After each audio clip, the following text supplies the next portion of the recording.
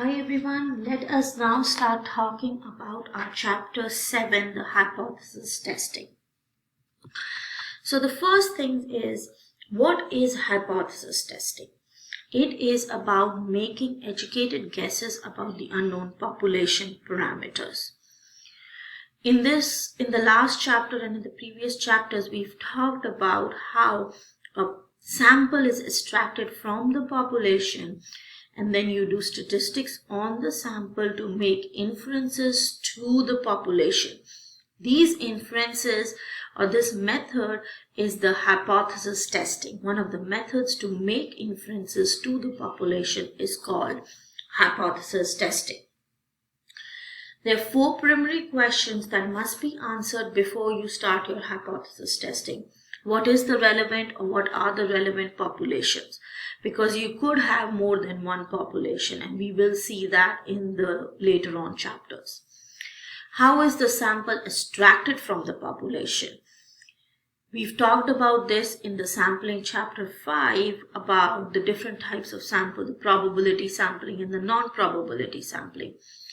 What characteristics of the sample, people, animals or object will serve as the target of the measurement as to what you are measuring, what are your variables, and what is the statistical focus. What are you doing? Are you doing correlation? What is happening is all that is included in these 4 questions. Before you start hypothesis testing, you need to have answers, or you should have answers for all these 4 questions. A simple recap about chapter 5 is those 2 words that is called statistics and parameter. The same 4 questions were there in chapter 5 too. If you will look at page number 94 and 95 of your book, again the same question. What is the population? How will be the samples taken? What characteristics will be measured? And what's the statistical focus? How will the samples be taken was the question that was answered by chapter 5. After these 4 questions have been decided, that's when the hypothesis testing is done. The concept of statistics and parameters should be clear, but let's review it one more time. When you have a sample that has been extracted from the population and you do statistics on that, those numerical values are called statistics. However, if you are talking about the values, the statistical focus of the population, then they are called parameter. The parameter, of course, you can never compute because the measurements only exist for a portion of the population. That means you can only do statistics on the sample, and you sometimes do not have the whole population. Most often you do not have the whole population with you. So this is the inference, the process is used as the hypothesis testing. Now, very important to notice on page number 95 is the different symbols used to signify the concept in the population and in the sample. So if you look at the mean has an X bar or a capital M for the statistics, but for the population it is a mu. So those are the things to notice about the variance, standard deviation is when you look in an article and you see the various symbols, you could know whether they're talking about the sample or they're talking about the population. So let us come back to the hypothesis testing.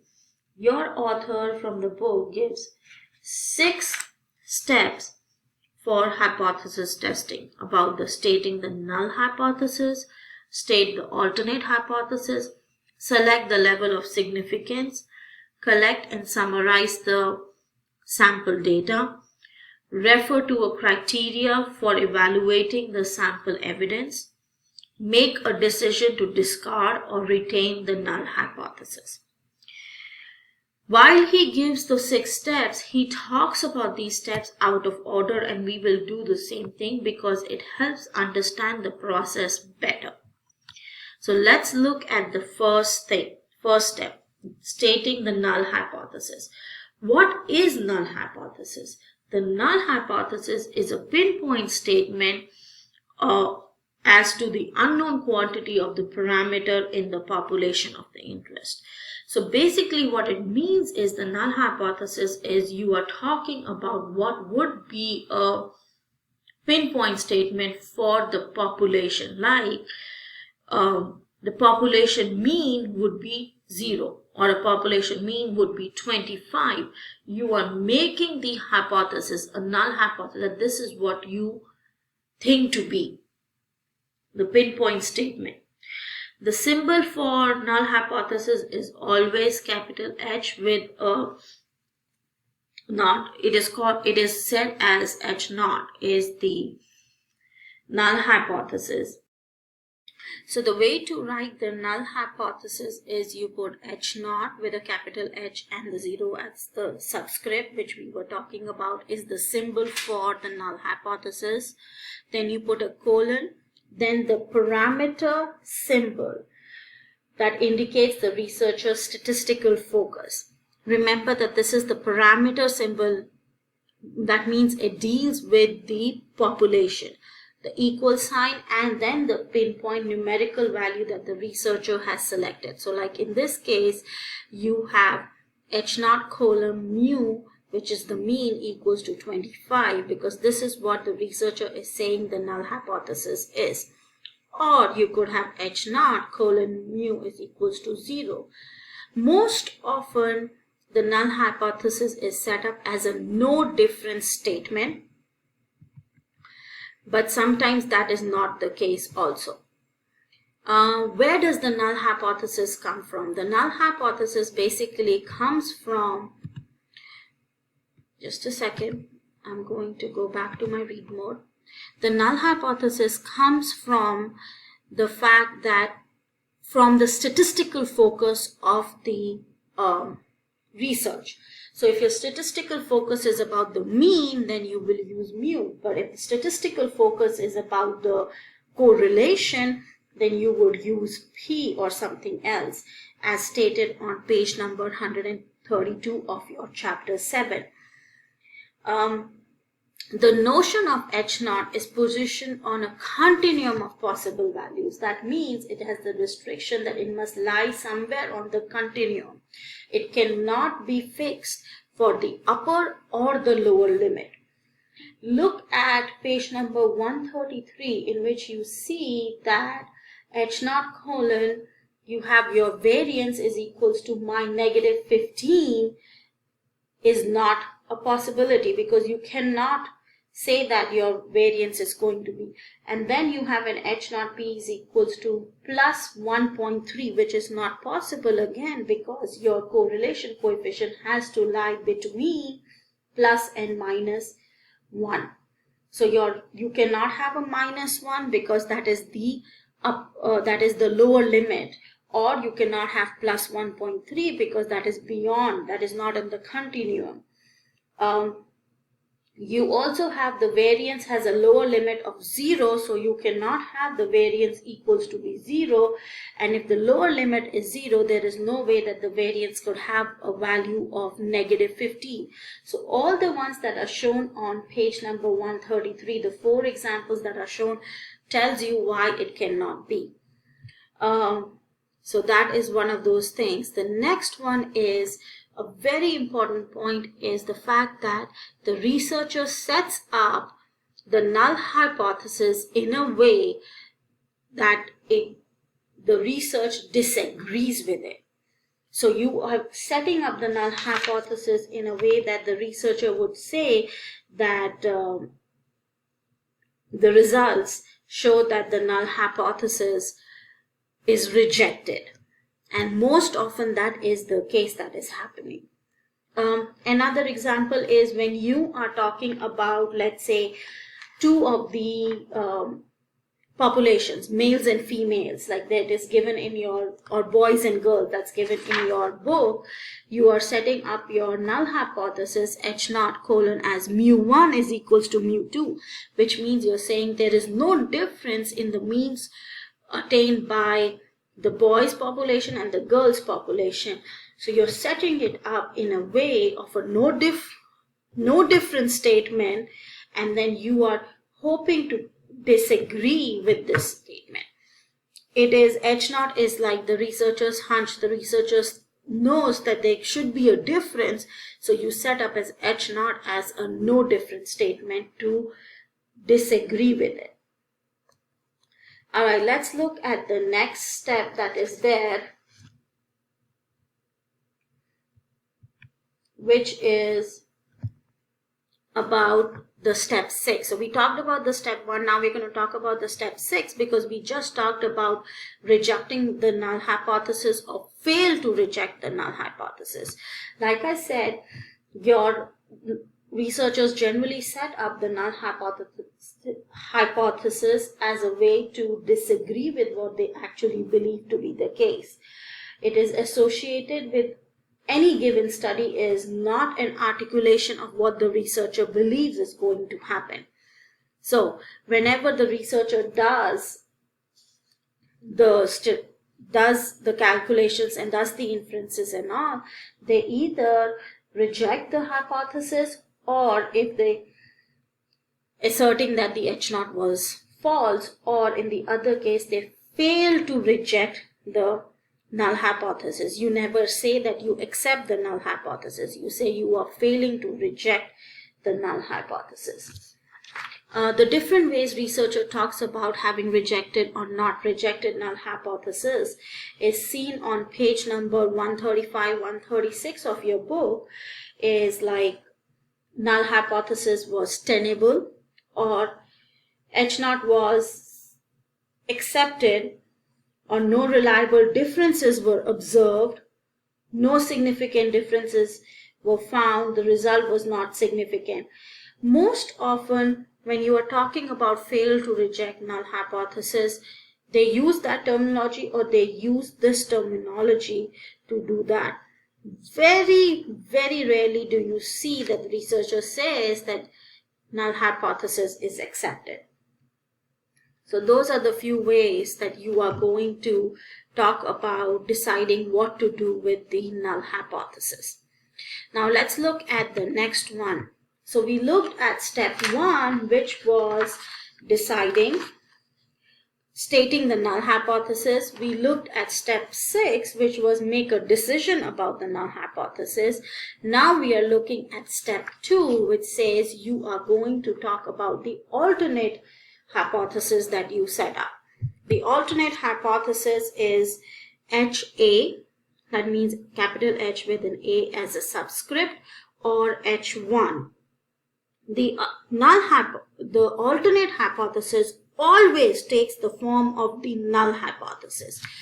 For example, if you look over here, your null hypothesis is mean is equals to 25. So your alternate hypothesis says mean is not equals to 25.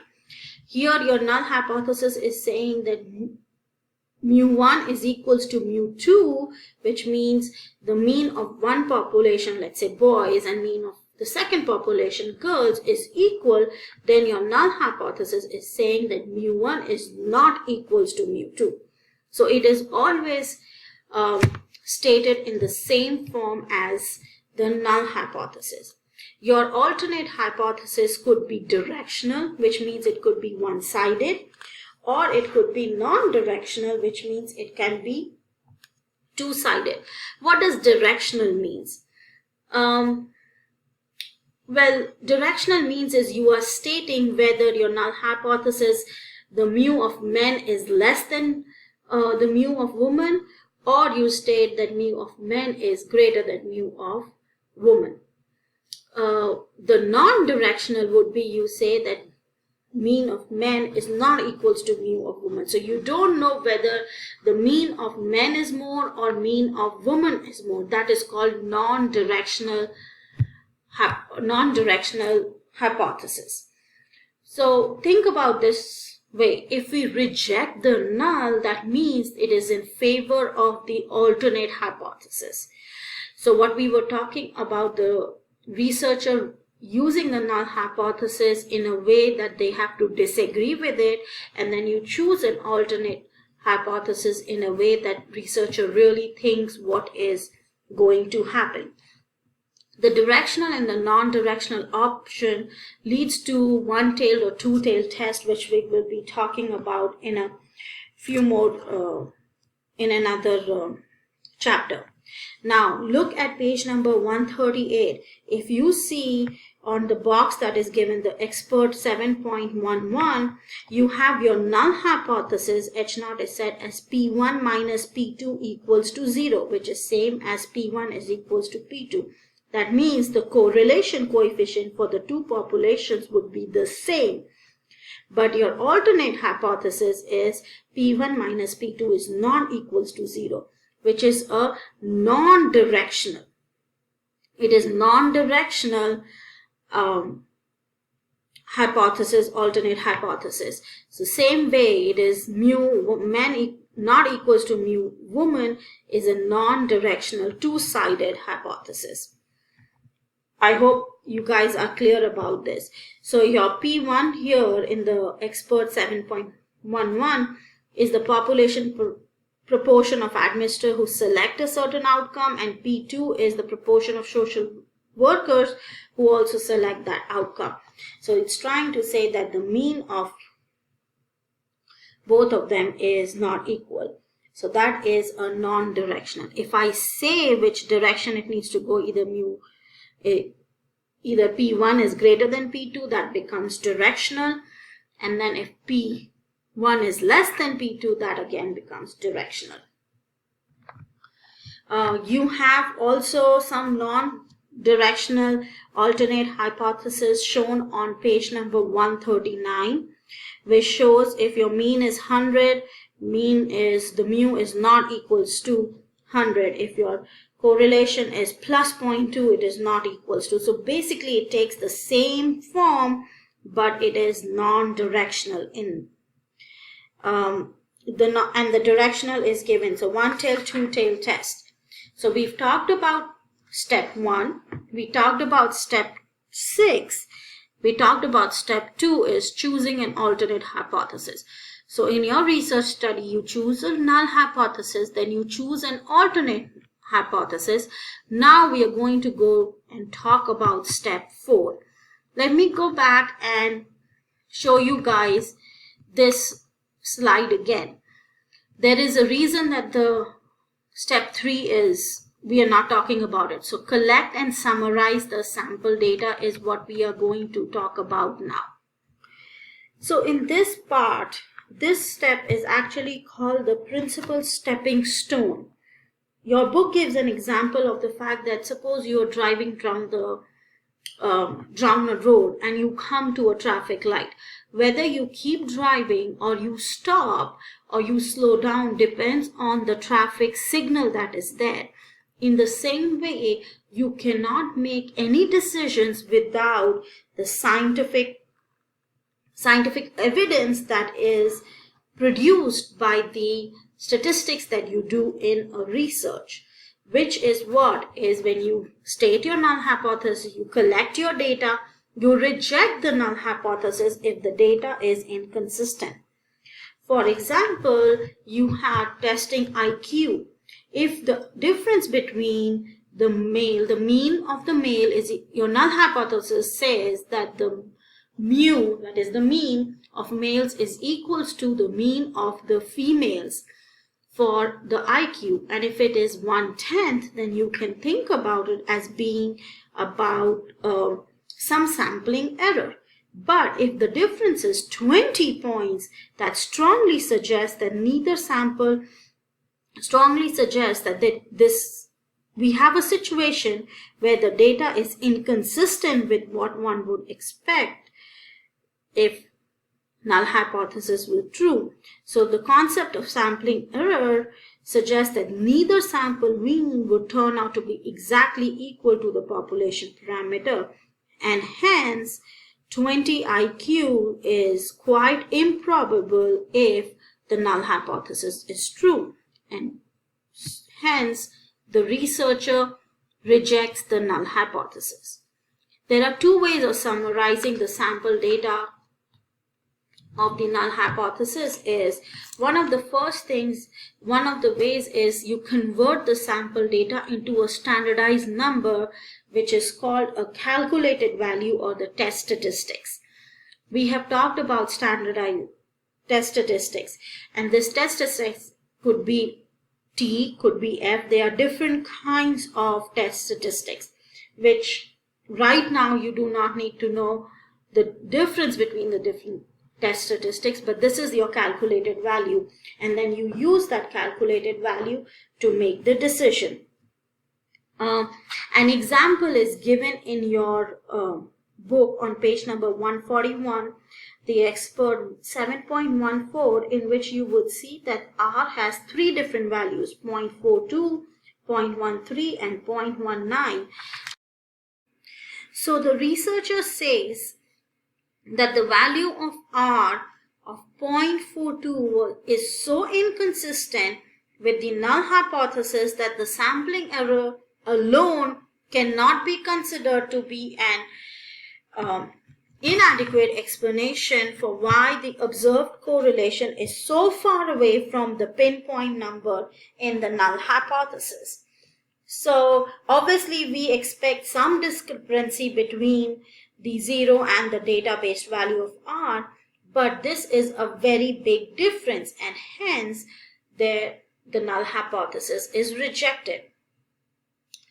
So the second way of doing the collection and analysis of sample data is the researcher use a computer to perform the data analysis. They either use a built-in hypothesis, the null hypothesis, or tell the computer what the null hypothesis is, but the researchers specify what the alternate hypothesis is, directional or non-directional, and once the computer knows both the null hypothesis and the alternate hypothesis, it analyzes the sample data and computes the probability of having a data set that can deviate as much from the null hypothesis as the data set is being analyzed.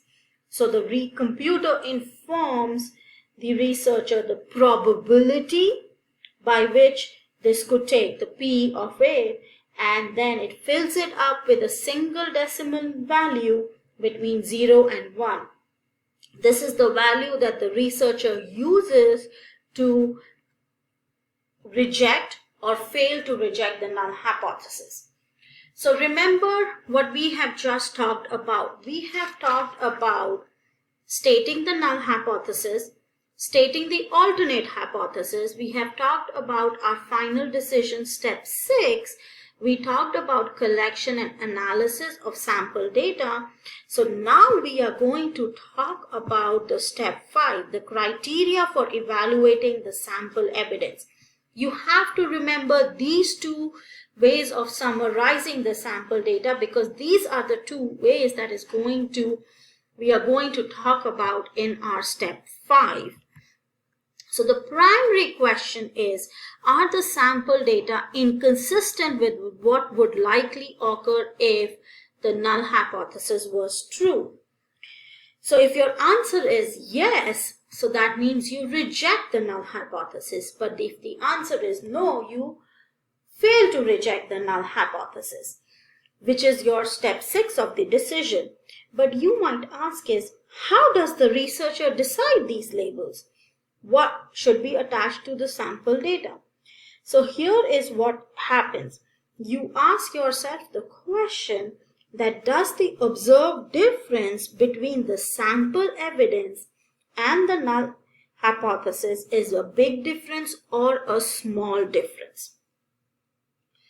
So there are 3 possible outcomes when the numerical summary of the sample data is compared with the null hypothesis pinpoint number. And that leads to your decision about the null hypothesis. If they are identical, obviously null hypothesis cannot be rejected. That means it is true. But if the difference exists, is it a small difference? That means small enough within the limits of the expected sampling errors. and therefore it is not logical to reject the null hypothesis. Or if the difference is there, it is a big difference. That means it is larger than likely to be produced, cannot be produced by the sampling error, and hence null hypothesis should be rejected. This value that we are talking about, how does the researcher decide whether this difference is a small difference or a big difference? This is decided by the calculated value against, so your calculated value from the statistic by comparing it to something that is called the critical value. This is very important. The critical value is nothing more than a number extracted from one of the many statistical tables developed by the mathematicians. Now, you do not have to spend time in locating. How do you locate? How do you find the value on a table? But you need to know about the critical value. So once again, remember we talked about the T and the F. It could be a chi-square or it could be a test of correlation coefficient. And then the decision rule would be to reject the null hypothesis if the calculated value is at least as large as the critical value. Or the second way is to do it with the P, that is the level of significance. The P value takes between the scale of 0 and 1, and so this criteria is called the level of significance. It functions as the critical value, like in the first procedure for evaluating the sample evidence.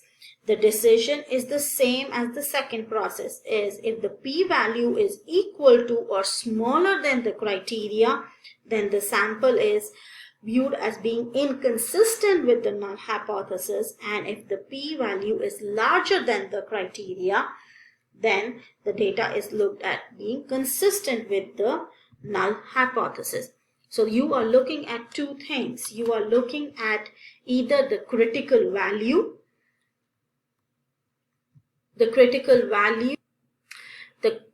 I'll repeat again, the critical value, which is again comparing the calculated value that is obtained in step 4 against the tabled critical value, or you compare the database p-value against the level of significance. It is the same thing that we talked about in step 4, is the two process of doing the thing. One was a calculated value, that is the T or the F or the chi-square, and then it was the p-value. I'm not sure why this keeps popping up, and here it is, those two procedures. The researcher cannot himself or herself decide what it means to be a small or a large difference. They have to have some criteria, and this criteria are either the critical value or the level of significance. So there are two things. One of the big things to note about this is it doesn't matter which process you do. It doesn't matter whether you use the critical value or the level of significance. Both those two procedures will lead to the same decision. If the researcher conducts a F-test and rejects the null hypothesis because the calculated value is larger than the critical value, it should be the same thing if the researcher was to compare the database p-value against the level of significance and show that it is smaller than the level of significance. So it is the opposite. The calculated value is larger than the critical value, then it is the null hypothesis is rejected. But if the p-value is smaller than the level of significance, then the null hypothesis is rejected. So this is the same whether you do the critical value or you do the level of significance. Let us now go to the part is about level of significance. The level of significance is the scientific cutoff point for deciding whether the null hypothesis should be rejected. This is an important point and a very critical point, is the scientific cutoff point for deciding whether the null hypothesis should be rejected. The most popular levels of significance are 0.05 and 0.01. Sometimes you also have 0.001, but 0.05 is the most commonly used level of significance, p-value. As I said, that the level of significance is very important because it actually forces the researcher to become involved in determining how rigorous the criteria should be. So suppose I have a 0.05, but I actually set up the criteria as 0.01. That means I want it to be more rigorous in rejecting the null hypothesis. This is something, the step 3 of selecting the level of significance is something that the researcher must do prior to collecting the data that has an impact on how large or small the criteria number should be. So before the data is collected, the researcher must select the level of significance. Now, the level of significance obviously influences the size of the critical value. Like I said, both those procedures, whichever one you do, will yield the same result. The level of significance is sometimes not, the researcher sometimes doesn't use the words level of significance. Sometimes researchers use what is called the alpha. So they would use the alpha level that is set to 0.05, assert P is equals to 0.05 or P is less than 0.05. They are the different ways that these researchers state the level of significance. But H0 or null hypothesis will be rejected if P is less than 0.05. Sometimes, as I said, the levels of could be 0.01. Now, one of the most important things to talk about is the type 1 and the type 2 errors. So what, like we talked about, is that you either reject the null hypothesis or you fail to reject the null hypothesis. So there could be, you never prove that null hypothesis is true or false by the means of hypothesis testing. It is about rejecting or fail to reject. Now let's look at type 1 and type 2 errors. The type 1 error is the mistake of rejecting the null hypothesis when the null hypothesis is actually true. So suppose you set your significance level to be very high. Instead of even setting it 0.05, I set it up as 0.1 and I reject my null hypothesis even though it was not correct. So I mistake of rejecting the null hypothesis when it was actually true. So that is called the type 1 error. So automatically you would think that, okay, so the best way to avoid type 1 error is for me to choose the level of significance to be as rigorous as possible. So why not choose 0.001? Because I will never end up making type 1 error. I would never reject a null hypothesis in case it is true. But then this leads to what is called the type 2 error, is when you make a mistake that the null hypothesis is not rejected when the null hypothesis is actually false. So there is where the balance between type 1 and type 2 errors occur, because type 1 error means that you are rejecting the null hypothesis when it is true. But type 2 error is when you do not reject the null hypothesis and it is actually false. So if you choose your level of significance to be like 0.001 in some cases, now some researchers do choose that, but if you choose it to be too rigorous, like 0.00001, you come into type 2 errors is because you would not reject the null hypothesis when it is actually true. So this is where the balance that the researcher has to do in what should be the level of significance. The type 1 error is more dangerous than the type 2 error. So that is very important to note. So The reason is the fact that you do not want to do not reject the null hypothesis when it is actually true. So this is why studies which actually take the critical level of 0.2 are not considered too good, because they are too lenient in their level of significance. Most common experts use 0.05 as the alpha level. This is about type 1 and type 2 errors. Now let us look at the 2 points of possible confusion regarding the levels of significance. This is given in page number 151. So the first confusion is, does the alpha level somehow determine the likelihood of a type 2 error? No, that is not the case. The alpha level does not influence type 2 errors. I understand the way you are thinking about it is because if I said it to be more lenient, then there is chance of it affects the type 1 and the type 2 errors. But no, it does not determine the type 2 errors, because if I make it very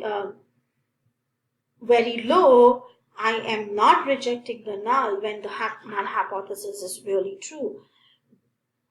This effect, the type 2 error, is actually other features such as the sample size, population variability, and the reliability of the measuring instrument used to collect the data result in the type 2 likelihood of type 2 error. The second point of confusion is that if null hypothesis is rejected, does the alpha level indicate the probability that the null hypothesis is true? No, that is not the case again. If the researcher ends up rejecting the null hypothesis after having a set of level of significance, let's say as 0.05, you cannot conclude that the chances of null hypothesis being true is less than 5 out of 100. That is not the case. This is actually, if the alpha is set, that means the level of significance at 0.05, then the chances that 5 out of 100, the null hypothesis is rejected if the null hypothesis is actually true. That is what the level of significance is saying, is that 5 out of 100 chances the null hypothesis is rejected if the null hypothesis was to be true. So this is important for you all to understand the level of significance. In your assignment, you have an article that talks about identify the null hypothesis, identify the alternate hypothesis, identify the level of significance. You really just have to look at what is the null hypothesis stated, what is the alternate hypothesis stated, what is the level of significance. Now let us look at the results that are highly significant or are the near misses. In very real sense, the level of significance plays like a dividing line. The P determines that causes a result to be highly significant. Statistical significance is positioned on one side of the line, and the lack of statistical significance is on the other side of the line. So the P gives you the dividing line. So sometimes researchers do not like to summarize their result by just reporting the null hypothesis was rejected or was not rejected. They like to show the readers how much is the discrepancy between the database p-value and the level of significance. So if you look on page number 152 and 153, they actually show you what is the it went down. P is less than 0.00001, which is a very rigorous criteria. And the same thing in 7.27 is even further rigorous than that. So one of the ways they do this, researchers, is first they will set their p-value to be 0.05 and they would test it with 0.05. Next, they check if the sample data would have been significant as 0.01 level. If 0.01 level would have been selected as the alpha. If the answer is yes, then they check again to see if the data was significant at 0.001 level. This process continues either 1. The data cannot beat a more rigorous level of significance. That means it stops at, let's say, 0.0001. Or the researcher does not want to check further to see if the P might beat an even impressive value of alpha, which is the level of significance. So experts 7.26 and 7.27, that is what the researchers have done. Some researchers do this, while some other researchers would have test more than one null hypothesis in the same study, and they would choose their P to be less than 0.05. So you have 4 different P statements as less than 0.05, less than 0.01, less than 0.005, less than 0.001. They're all connected to the results. So that is another way about talking about the different P levels in the same study, even though a constant alpha is used as 0.01. Now let us talk about the near misses. On page number 154 of your book in excerpt 7.28, your p-value is 0.051, which is very near to be rejected, but it is not. So in this case, the p-value fails to beat the alpha by a very small amount. So the researchers often say, instead of failing to reject the null, they would say is they've achieved marginal significance, or their findings have approached significance, or there is a trend towards significance, or results borderline significance. So there are 4 alternative labels for an outcome that is a near miss. That is a marginal significance, approach significance, trend towards significance, or the results indicate borderline significance. So that is one of the things seen in 7.28. But some researchers believe that near misses are just miss. They choose a level of significance at the beginning of the study and then never change it. They will summarize that P lies on one side or the other side of alpha. So in this, they will reject and they will say was not statistically different, even if P is 0.051. So there are 2 ways that they approach the value. Some researchers may give the 4 different levels, or they would do an all or nothing approach to sign hypothesis testing. So the last thing that we want to talk about is the few cautions that your book mentions.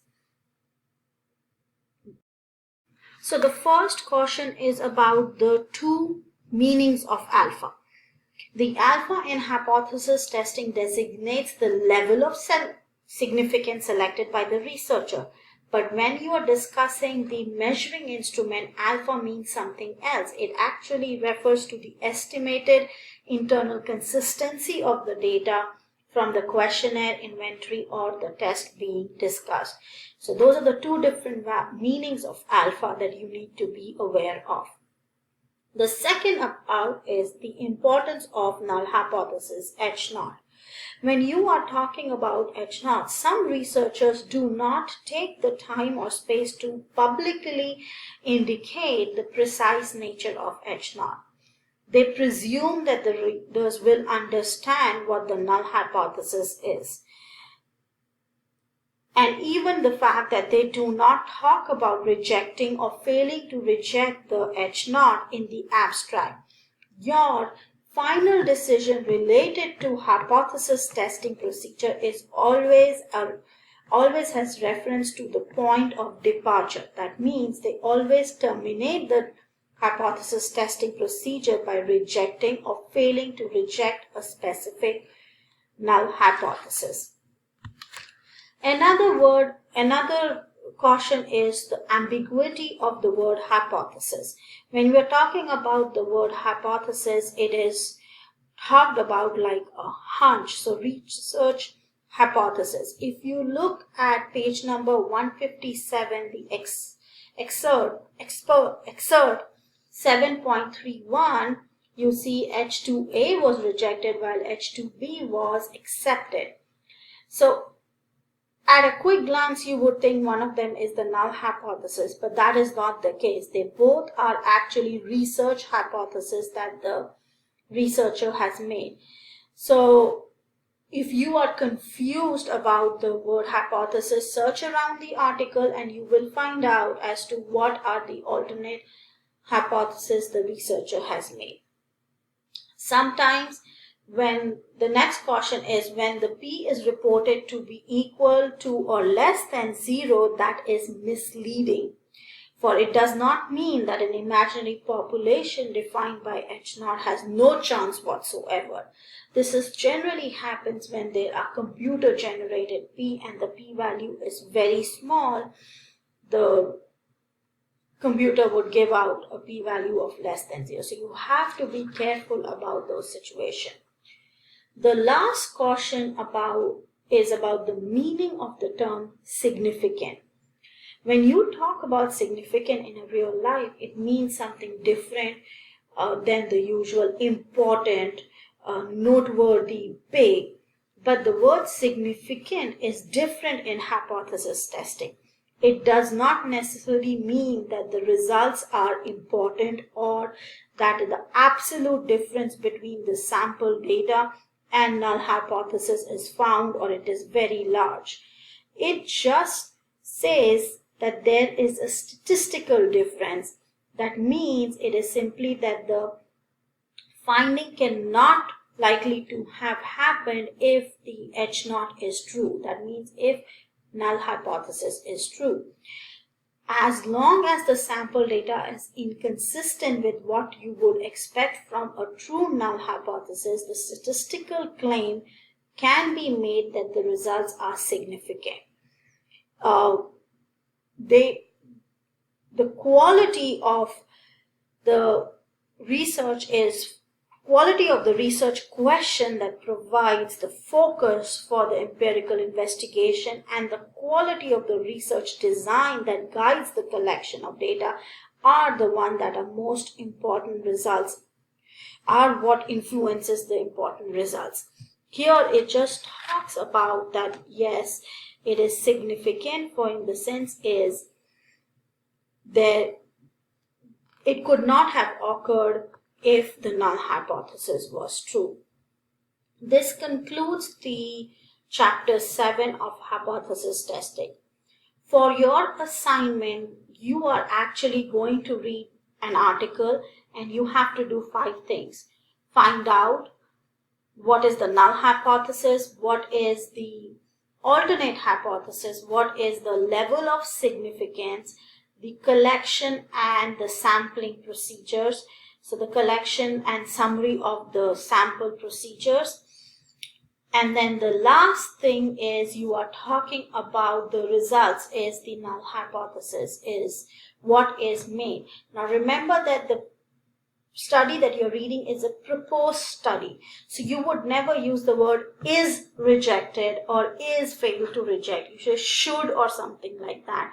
Or if there are other conclusions like this was not taken further or there was refinement necessary. Whatever you say, make sure that you do not state it as if the study has been conducted. This is a proposed study.